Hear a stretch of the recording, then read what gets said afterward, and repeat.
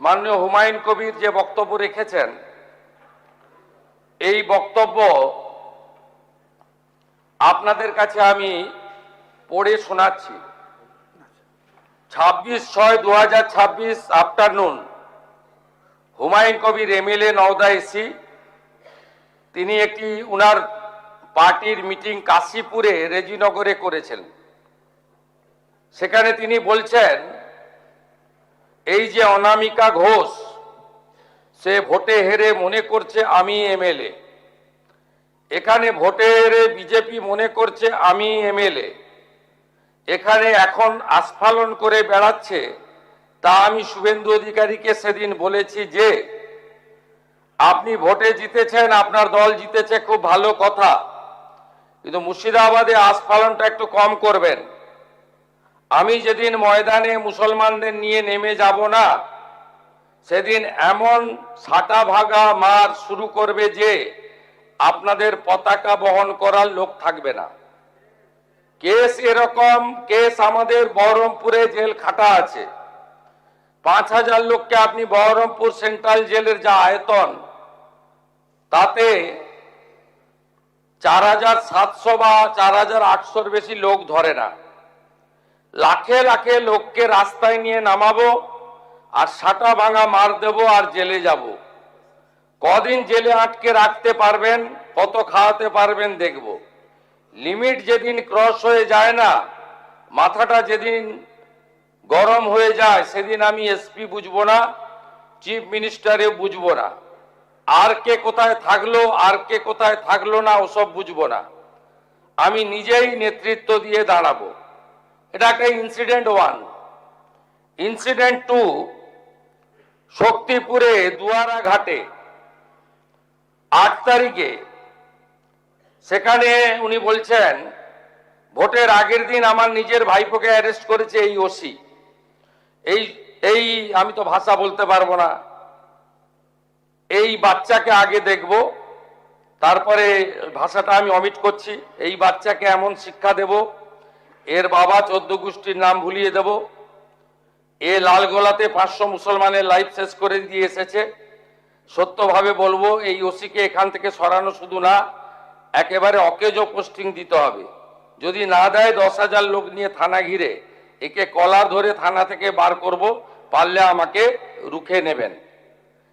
এই দুটো ইনসিডেন্টের পরে আমার মনে হয়েছে যে এনাফি জানাব, সময় এসেছে এই ধরনের লোককে সবক শেখানোর। আপনাকে আমি পরিষ্কার বলছি, মমতা ব্যানার্জি মুখ্যমন্ত্রী নন। আপনি দুর্বল মুখ্যমন্ত্রী পেয়ে যা খুশি করেছেন, যা খুশি বলেছেন। আমি আপনাকে বলে গেলাম, আমরা দুটো এফআইআর স্টার্ট করেছি। Rejinagar PS case number 219/226, dated 26/6/2026, under section 152, 192, 196, 197, 224, 299, 351 within bracket 2, 352, 353 of the ভারতীয় ন্যায় সংহিতা।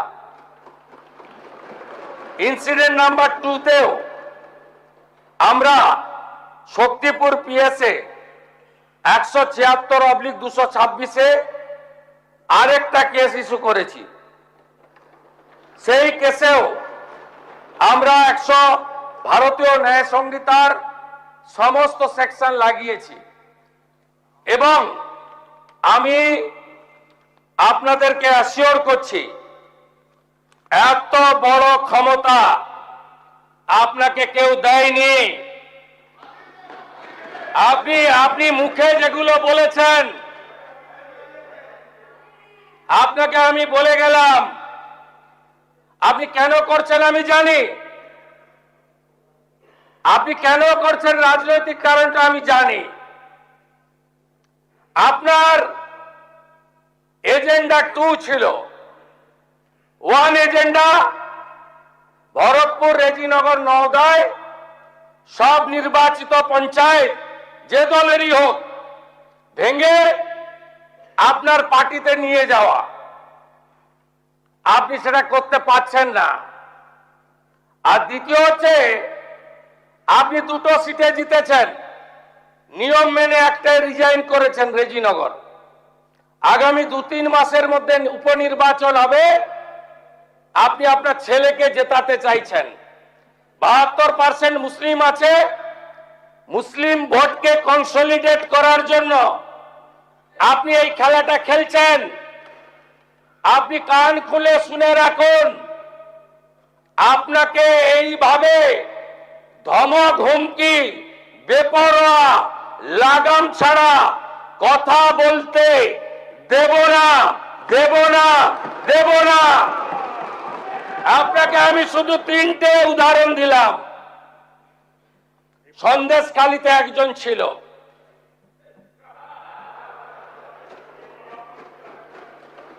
2024 1 জানুয়ারি বলেছিল তৎকালীন বিরোধী দলনেতা এলে তার হাত কেটে পায়ে, পা কেটে হাতে লাগাবে আর চামড়া ছাড়িয়ে মেদিনীপুরে পাঠিয়ে দেবে। ওর অবস্থা কি হয়েছে সবাই দেখেছে। একই টোন ছিল। আরেকটা জীবনতলার গুন্ডা ক্যানিং ভাঙড়, ওর অবস্থাও কি হয়েছে দেখতে পাচ্ছে সবাই। আরেকটা পুষ্পা ঝুঁকে গায়ে নেই, এমন ঝোঁকা ঝুঁকেছে খালি পায়ে, ছোট প্যান্ট পরে, কান ধরে উঠবস করতে করতে যাচ্ছে। আপনাকে আমি বলে গেলাম, পুলিশ তার ব্যবস্থা নেবে। আর আমি 1 সপ্তাহ পরে মুর্শিদাবাদে যাচ্ছি। আমি প্রমাণ করে দেব ভারতবর্ষের সংবিধান, আইন শেষ কথা বলে, কোন বাপের আবাদ শেষ কথা বলে না।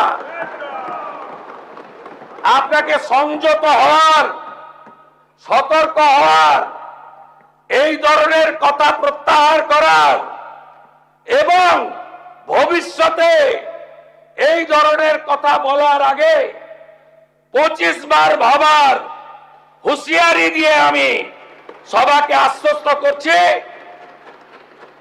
আপনারা ভাবছেন কেস হয়েছে, অ্যাকশন কবে হবে? যারা ওকে ডেকেছিল এই সভাতে তাদেরকে আগে তুলব, তারপরে আপনার কাছে যাব। যা করার করব, আমি আশ্বস্ত করছি আপনাদের।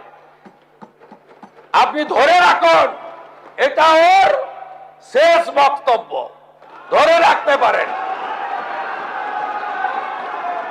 এ সরকার আইনের শাসন প্রতিষ্ঠা করবে, গুন্ডাদের শাসন সমাপ্ত করবে।